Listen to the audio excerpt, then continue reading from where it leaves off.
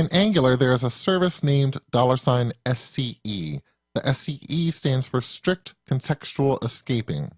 Essentially, the service creates a secure by default environment where any directive that moves model data or templates into the DOM will do so by using SCE to trust a given piece of markup, or an href value, or a template loaded from the server. If Angular doesn't trust a resource when we're doing something dangerous, like when we bind data with ng-bind-html, then we'll have a runtime exception and the operation fails, as we saw earlier. We couldn't display our recipe title at all.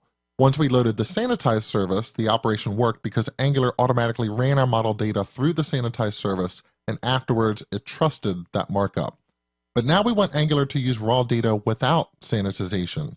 And fortunately, we can use SCE to create our own trusted objects. That gives us complete control over putting markup into the DOM, just by using binding expressions. But always remember the possibility of cross-site scripting attacks. So only use this approach I'm about to show you with some caution, and when you're sure you can absolutely trust the model data that you have. Over in the application, I'm going to copy the markup that I have in this input that has the mouse over attribute so that I can paste this back in later once I've made some modifications to the application.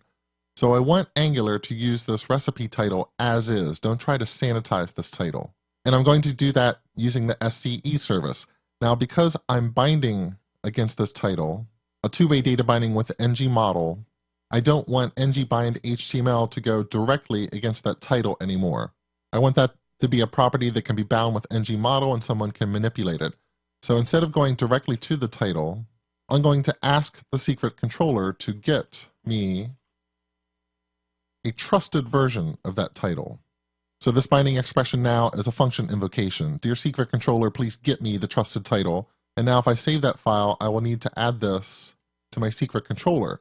I will add that by injecting the SCE service. And as you can see, the secret controller right now, it's a very simple controller. Basically, all it does is use that recipe service to get the secret recipe and then make that recipe available for binding from the view.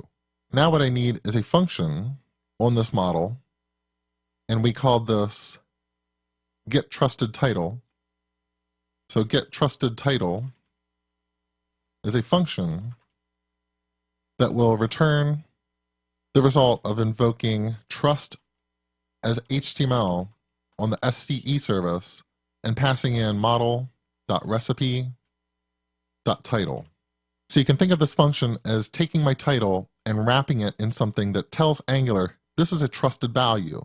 You can use this without sanitization. And once I save this file, that is now the value that we will be using when we bind HTML. And that means we should be able to get a mouse over attribute if we really want one here. So let me refresh the page and paste in the version that I cut out earlier that has an onMouse over attribute, and then move my mouse over the word toast. You can see I now get the pop-up, and I'm now telling Angular to trust that model data. Don't try to sanitize it. It's trusted.